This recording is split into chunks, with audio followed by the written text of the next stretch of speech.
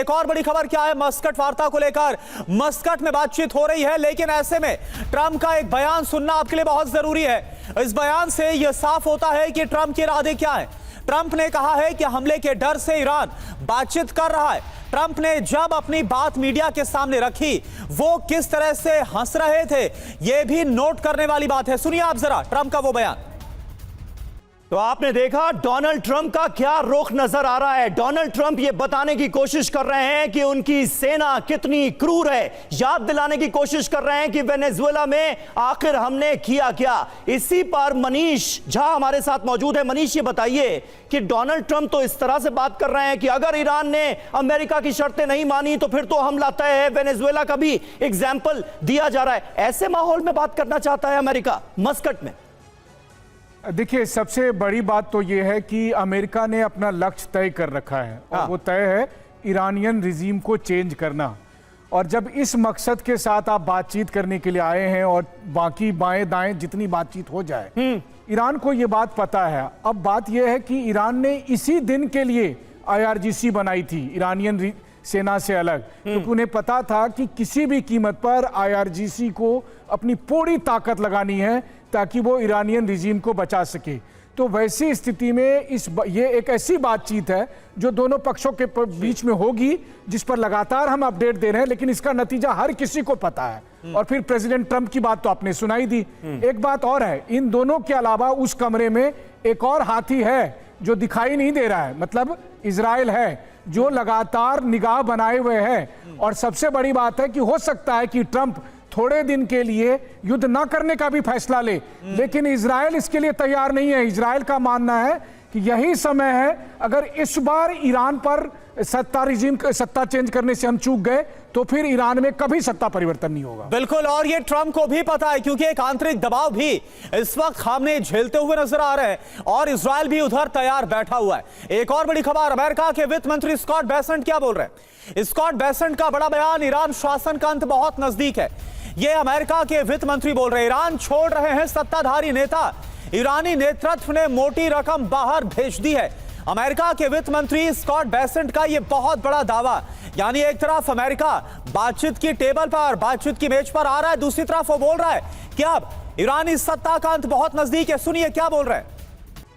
तो Scott Bessent की भाषा पर जरा गौर कीजिए कि चूहे अब नाव छोड़ने के लिए तैयार हो रहे हैं। जब खतरा होता है तो चूहे सबसे पहले भागते हैं, और उसका उदाहरण दिया जा रहा है ऐसे वक्त में जबकि दुनिया ये कह रही है कि भाई मस्कट वार्ता से ना जाने क्या निकलकर सामने आने वाला है। अमेरिका का जो रुख है वो पूरी तरह से हमारे सामने है। मीटिंग कहां हो रही है? ओमान की राजधानी मस्कट में हो रही है। और उससे पहले जो बयानात अमेरिका की तरफ से आए हैं वो अपने आप में कई सवाल खड़े करते हैं। बातचीत में कौन कौन होगा उसकी जानकारी हम आपको दे रहे हैं। डोनाल्ड ट्रंप के खासम खास दूत स्टीव विटकॉफ होंगे, ट्रंप के दामाद जैरेड कुशनर होंगे अमेरिका की तरफ से। बिल्कुल, ट्रंप के दामाद जैरेड कुशनर, इसके अलावा ईरान की तरफ से विदेश मंत्री अब्बास अरागची, मिस्र, कतर के जो प्रतिनिधि हैं वो भी यहां पर मौजूद हैं। बातचीत के मुद्दे क्या है? ईरान का परमाणु प्रोग्राम, जिसका पूरी तरह से खात्मा अमेरिका चाहता है, लेकिन क्या होगा देखना होगा। ईरानी बैलिस्टिक मिसाइल कार्यक्रम, मध्य पूर्व में अमेरिकी तैनाती महज सजदेवस है।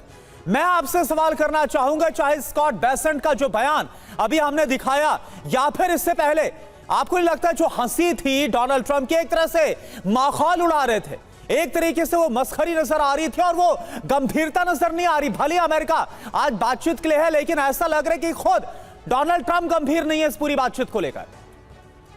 आपकी बात सही है, एक तरह से मनोवैज्ञानिक दबाव बनाया जा रहा है ईरान के नेताओं के ऊपर कि उनकी परिस्थिति काफ़ी डावाडोल है और पिछले साल जून की लड़ाई के बाद वो और कमज़ोर हुए हैं और उनको ये बताया जा रहा है कि समझौता कर लें, जो कि शर्तें जो एक तरह से अमेरिका ने रखी हैं वो बहुत ही ज़्यादा व्यापक हैं और एक तरह से ईरान के लिए वो एक